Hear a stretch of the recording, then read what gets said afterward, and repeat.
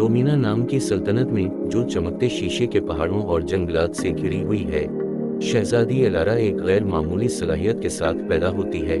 वो उन जादुई क्रिस्टलों से बातचीत कर सकती है जो इसकी सल्तनत की ताकत का मंबा हैं। ये क्रिस्टल सल्तनत की खुशहाली, हिफाजत और अमन की जमानत देते हैं, और सदियों से शाही खानदान इन जवाहिर के मुहाफिज के तौर पर काम कर रहा है, उनकी ताकत से अवाम की हिफाजत और तवाज़ुन बरकरार रखने के लिए।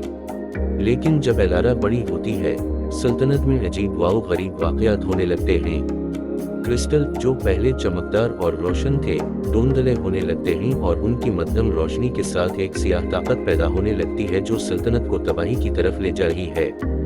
फसलें खुश्क होने लगती हैं, आसमान सियाह हो जाते हैं, और पुरस्कार मखलूक अंधेरों से उभर कर गाँव वालों पर हमला आवर हो जाती है। अपने लोगों को बचाने के लिए शहजादी एलारा एक खतरनाक सफर पर निकलती है ताकि वो क्रिस्टलों की खराबी का राज मालूम कर सके। इसे एक कदीम पेशन गोई मिलती है जिसमें बताया गया है कि ये क्रिस्टल दरअसल देवताओं की तरफ से नहीं, बल्कि एक ताकतवर कदीम अंसर की बाक़ियात हैं जो कभी दुनिया पर हुकूमत करते थे। वक्त के साथ ये ताकत गैर मुस्तहकम हो गई और क्रिस्टलों ने ज़मीन की जादुई ताकत को अपनी जानिब कईफ देना शुरू कर दिया, जिससे वो मज़ीद ताकतवर लेकिन मज़ीद ख़तरनाक हो गए। एलारा को ये भी पता चलता है कि सल्तनत को बचाने के लिए उसे दिले क्रिस्टल की तलाश करना होगी, एक अफसानवी जवाहिर जिसके बारे में कहा जाता है कि इसमें क्रिस्टलों की ताकत को दोबारा जिंदा करने की सलाहियत है।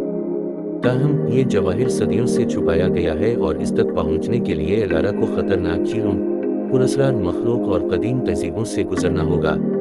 इस सफर में इसका साथ देने के लिए रोनान नाम का एक जंगजू आता है, जिसका माजी दर्दनाक है, और नायरा, एक ताकतवर अंसर जादूगरनी जो आग और पानी की ताकत रखती है। जैसे ही एलारा दिले क्रिस्टल के करीब पहुंचती है, इसे एक हैरानकुन हकीकत का पता चलता है। क्रिस्टल कभी इंसानों के काबू में नहीं थे। ये क्रिस्टल जिंदा हैं और जितना ज्यादा शाही खानदान ने उनकी ताकत को काबू में करने की कोशिश की, इतना ही वो ज्यादा खराब हो गए। क्रिस्टलों की मध्यम रोशनी दरअसल जमीन का अपना तरीका था, जो इंसानों के कब्जे से आज़ाद होने की कोशिश कर रहा था। एलारा समझती है कि तवाज़ुन को बहाल करने के लिए उसे अपने खानदान की ताकत से ताल्लुक़ तोड़ना होगा और ज़मीन को इसकी कुदरती ताकत वापस देनी होगी।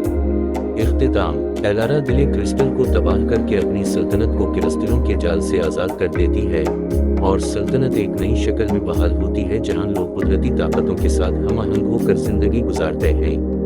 एलारा का फैसला क़यादत की सबसे बड़ी कुर्बानी के तौर पर याद रखा जाता है, और उसका नाम एक अजीम लेजेंडरी के तौर पर जिंदा रहता है।